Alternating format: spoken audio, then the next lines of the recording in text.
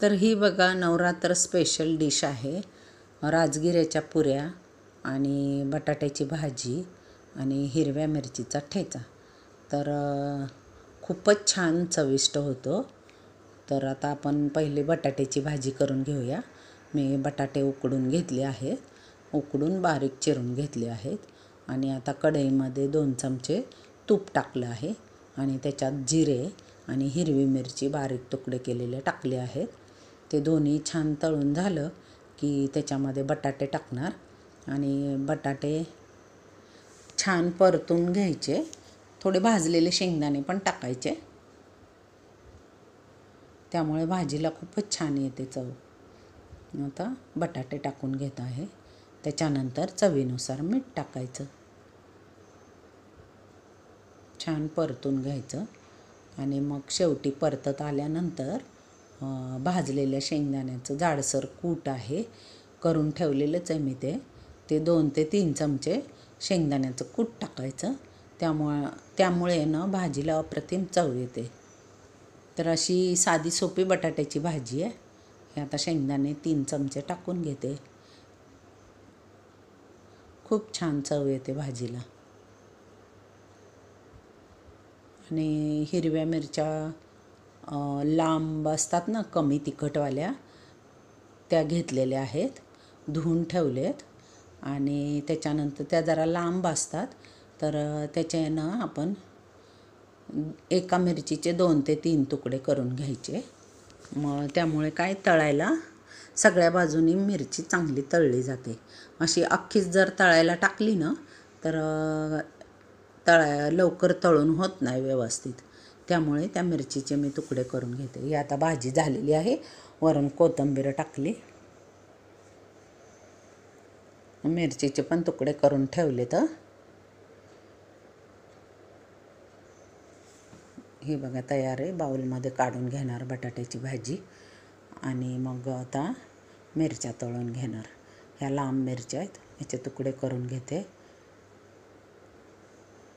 हे बिलकुल तिखट नसतात आणि चवीला खूप छान लागतो ह्याचा ठेचा. तसा पहिलं त्याचं पाणी सुकू द्यायचं आणि अशाच कढईत पहिल्या भाजायच्या थोडा वेळ. आणि मग पाणी सुकल्यानंतर त्याच्यामध्ये तूप टाकायचं आणि तुपावरती छान परतून घ्यायच्या. व्यवस्थित परतून झाल्या की मीठ टाकायचं चवीनुसार आणि झाकण ठेवून थोडा वेळ ठेवून द्यायचं तसंच.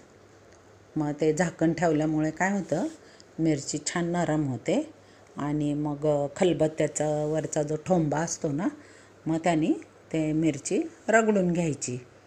असं केल्यामुळे ठेचा छान लागतो. मिक्सरमध्ये केलेला चवीला वेगळाच लागतो आणि असा ठोंब्याने रगडून घेतलेला चवीला वेगळाच लागतो आणि खूप छान लागतो, चविष्ट. तर अशा प्रकारेच ठेचा करते मी नेहमी. आता हा उपवासाचा असल्यामुळे याच्यात काय बाकीचं साहित्य टाकणार नाही, फक्त मीठच टाकणार. तर आता छान परतत आल्यात मिरच्या. आता ह्याच्यामध्ये मीठ टाकून झाकून ठेवणार. साधी सोपी रेसिपी आहे. नेहमीच आता 9 दिवसाचे जर उपवास असतील ना, तर नेहमीच आपल्याला साबुदाण्याची खिचडी किंवा भगर खाण्याचा कंटाळा येतो. तर असा हा नवीन वेगळा पदार्थ चवीला पण रुचकर लागतो आणि पोट पण भरतं. आता मी इथं राजगिऱ्याचं 1 वाटी पीठ घेतले आणि अर्धी वाटी भगर आणि अर्धी वाटी साबुदाणा, दोन्हींचं मिळून 1 वाटी पीठ आहे. चवीनुसार मीठ टाकून छान मळून घेणार. मळून घेऊन 10 मिनटं रेस्ट करायला ठेवायचं. इथे गडबड झाली माझी. तो जो पुऱ्या तळतानाचा व्हिडिओ माझा ना व्यवस्थित आलाच नाही. म्हणजे मोबाईल फुल झाल्यामुळे त्याच्यात ते रेकॉर्डिंग झालंच नाही, त्याचं व्हिडिओच आला नाही त्याच्यामध्ये. त्यामुळे इथे तळलेलं मी दाखवत नाही, त्याच्याबद्दल क्षमस्व. मी आता इथे पुऱ्यांचं पीठ मळून घेत आहे.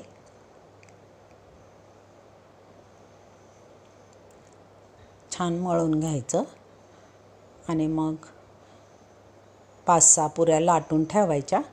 तिकडे बाजूला मी गॅसवर तेल गरम करायला ठेवलंच आहे. तेलामध्येच तळल्या मी, कारण तुपामध्ये फारच ते हेवी होते. आणि या उपवासाला चालतं नवरात्रीच्या तेलाचं पण. अशा प्रकारे पीठ मळून ठेवलं, 10 ते 15 मिनटं रेस्ट करायला ठेवल्या आणि ह्या सगळ्या पुऱ्या लाटून घेतल्या एकसारख्या आणि छान तळल्या गेल्यात. पुऱ्या तळलेला व्हिडिओ माझ्याकडून स्किप झाला आहे.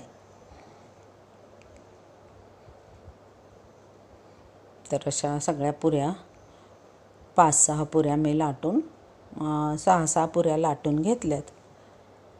तर खूप छान होते ही रेसिपी, करून बघा तुम्ही. हा माझा व्हिडिओ कसा वाटला, आवडला तर लाईक करा, सबस्क्राईब करा आणि असेच नवनवीन व्हिडिओ पाहत राहा. ह्या बघा कशा छान फुगल्यात आणि गरमागरम खूपच छान लागतात. करून बघा. धन्यवाद.